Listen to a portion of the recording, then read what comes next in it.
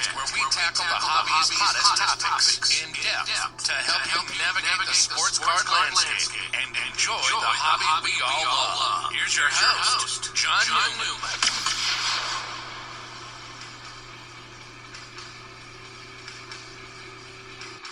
Hello and welcome to another edition of Hobby Quick Hits. I'm going to do these shows from time to time, and they're going to be these ones where we talk about some undervalued players in the hobby, some great opportunities to purchase cards that I believe, for the 2 cents that's worth, of guys that are going to have, good years, a good career, and those cards are going to go up from the point they are at currently or now. And I know I've done this for other sports. Today is baseball term. And I know I've said on some of my other shows, or even on being on someone else's show, one of my kind of rules not to do is invest, I know that word, right? But buy pitchers, right? Pitchers can be a risky play, with injuries. They can blow their arm out, Tommy John surgery, lose velocity on their fastball, and go from dominating to middle of the road. And I break my own rule from time to time. I did it with Tristan McKenzie. I did it with Hunter Green. The jury's still out on both of them. I have a lot of their stuff, but they're both relatively young, so it's too late to say I swung and missed on those yet. I want to talk about some pitchers today about being undervalued in the card market. One of them might surprise you. He's a Cy Young winner, and yet I believe he's undervalued. And that's Jacob deGrom from my own, favorite team, the Mets. Guy's a dominating pitcher. I mean, look at the numbers, and I watch him. I watch almost every start. So this is coming from someone who sees his stuff, sees what he's doing. He's the real deal. I'm just hoping the Mets are going to pony up and keep him. I expect them to do that.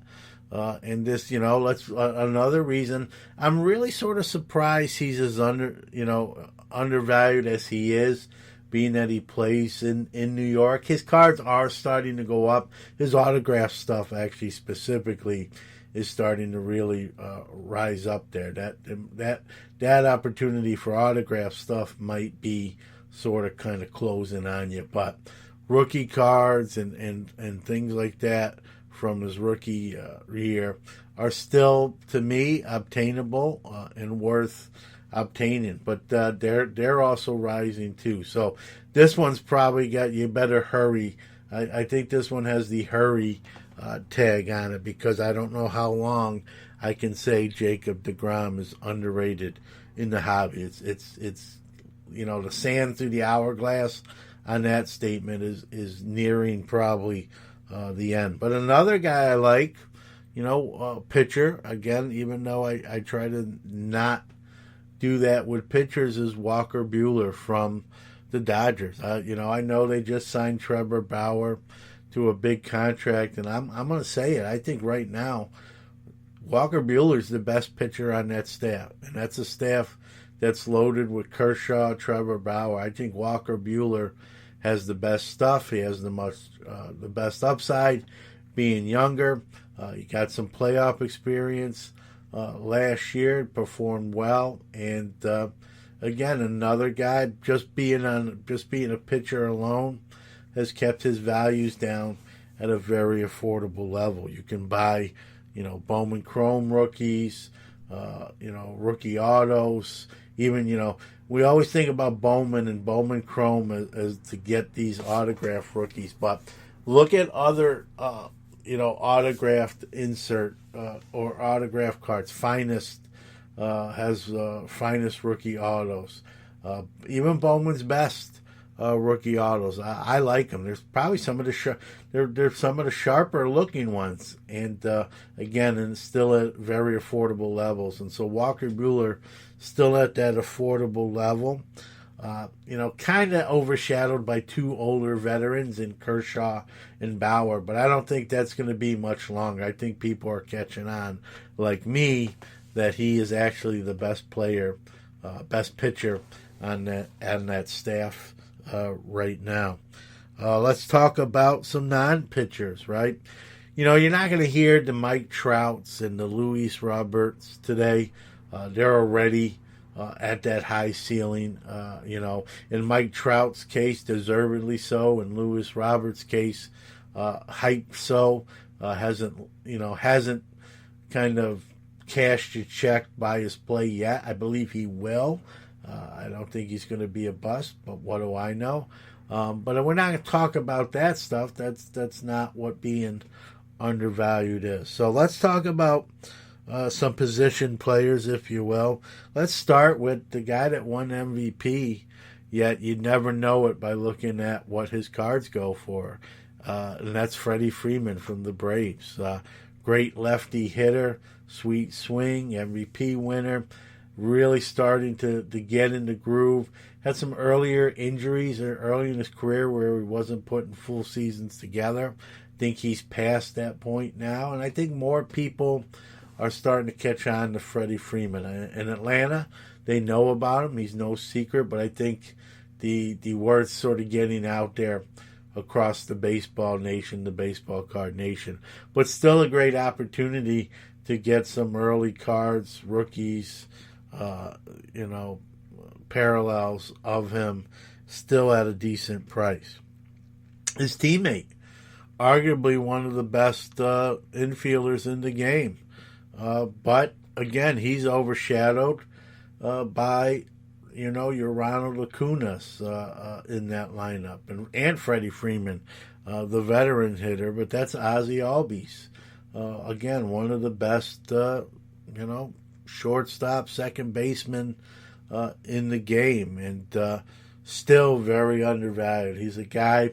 I don't know if I want to say I kind of singled him out and bought some, maybe a little bit, but I also seem, when I open stuff, to really always get him and pull him, like sort of a magnet for Albie stuff. And there's worse players I could be a magnet for. So his stuff is still very affordable, very cheap, and we always think of Atlanta as like a major city, and it is. But in baseball terms, it just seems like a lot of times, a lot of this comes a lot of undervalued superstars playing Atlanta. Acuna does not fit that description, though. Freddie Freeman, Ozzie Albies, both do. Another guy just changed locations. He's a guy, I put some stuff away of his.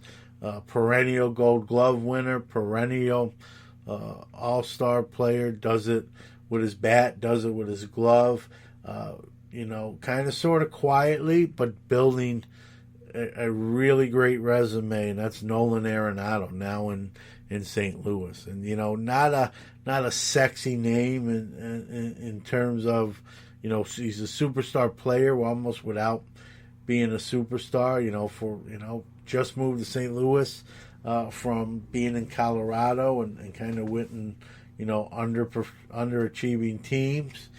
And, a lot of people, I think a lot of people were not in on Arenado, folks, because they were afraid his numbers were because he played in Colorado. But one of the things I did early on is I said, hey, I didn't say that was wrong, but I just didn't believe it either. So I went and looked up the stats. Home and away, right? And he was putting up very similar numbers on the road as he was in Coors Field.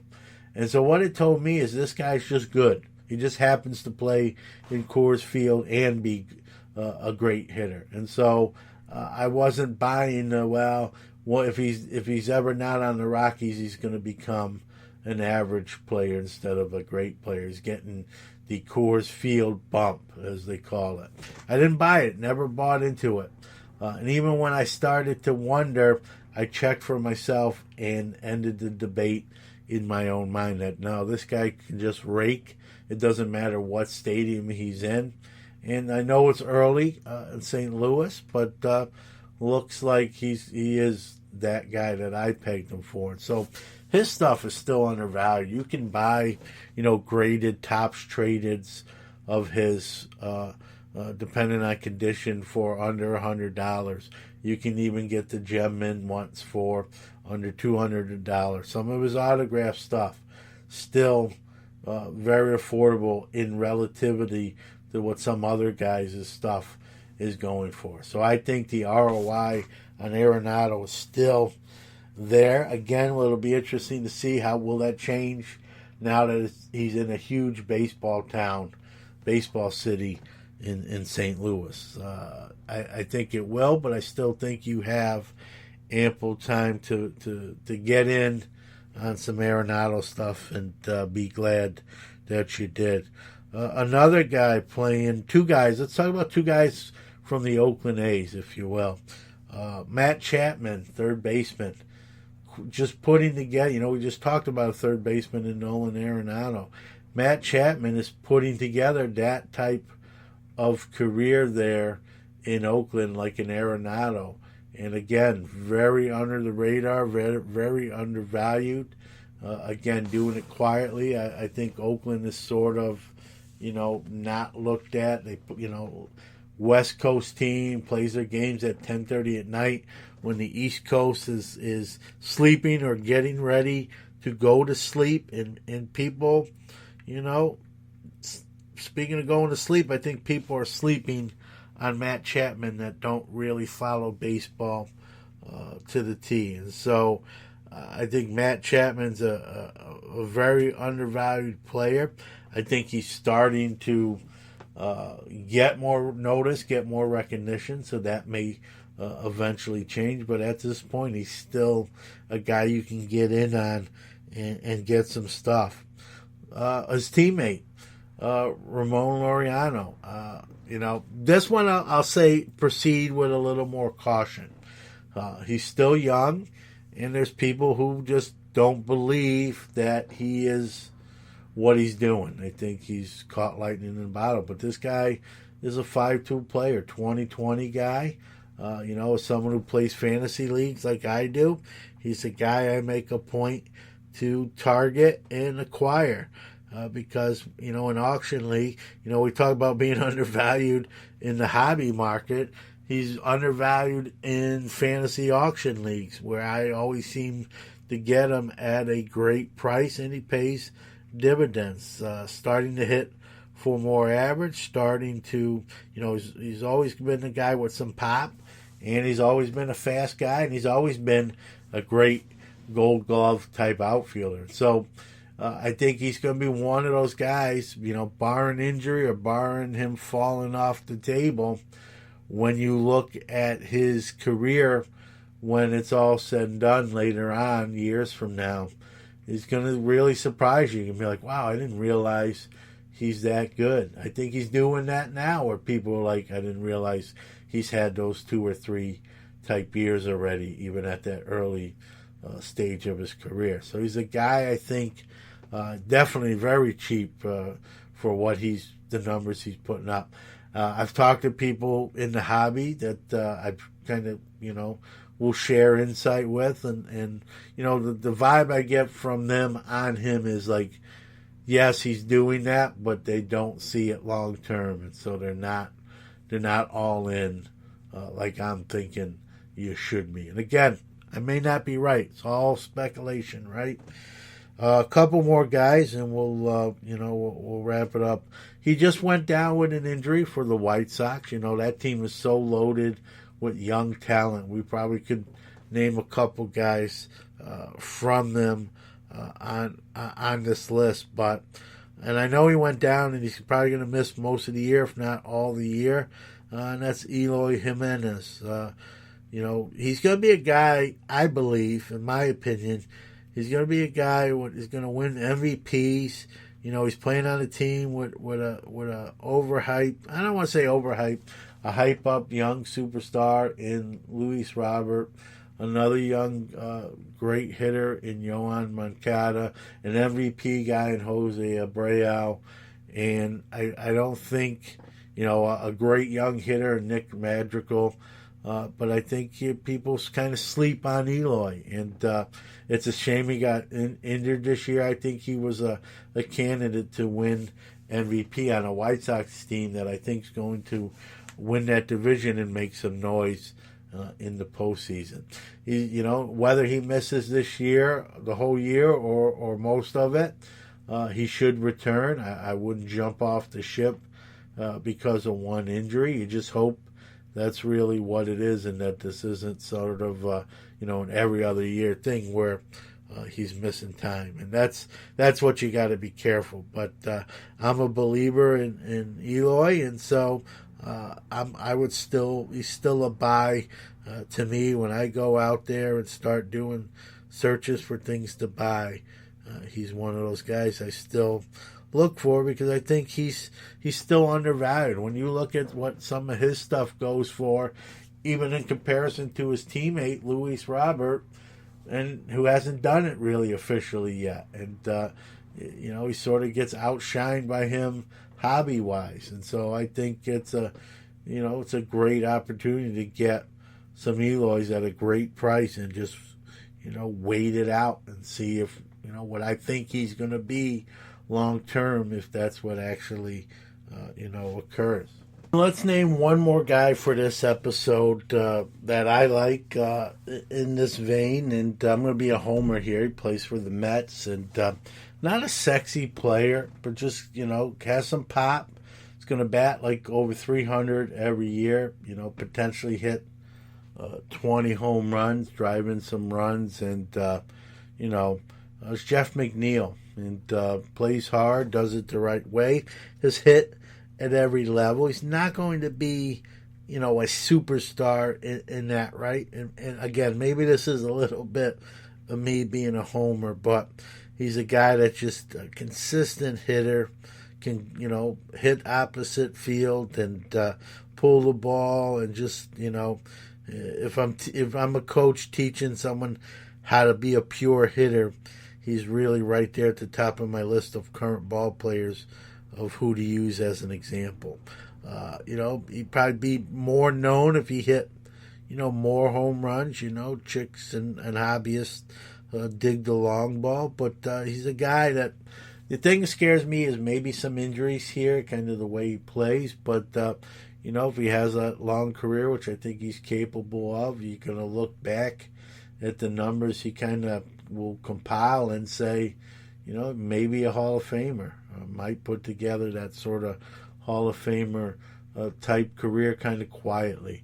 Again, I don't know if there's a huge upside. This is just me maybe being a Mets fan, watching them day in and day out and really liking what I see. But it's my show. I get to have, I guess, a homer pick every once in a while. So I'll say Jeff McNeil, and I won't apologize for it. But, some of the names you mentioned, just a great opportunity. Even the pitchers, which I try to, sort of shy away from or stay away from. There's pitchers that made this list. When I was writing these names down, I just couldn't leave them off. And so let me know if you agree, disagree, which ones you agree with. Do you have any you feel like I left off that you wanted me to add? I can do the show, another show with even your picks, and especially if I agree with them. So with that being said, we're gonna put a bow tie on this and call it a day. So thank you. In case I don't see you, good afternoon, good evening, and good night.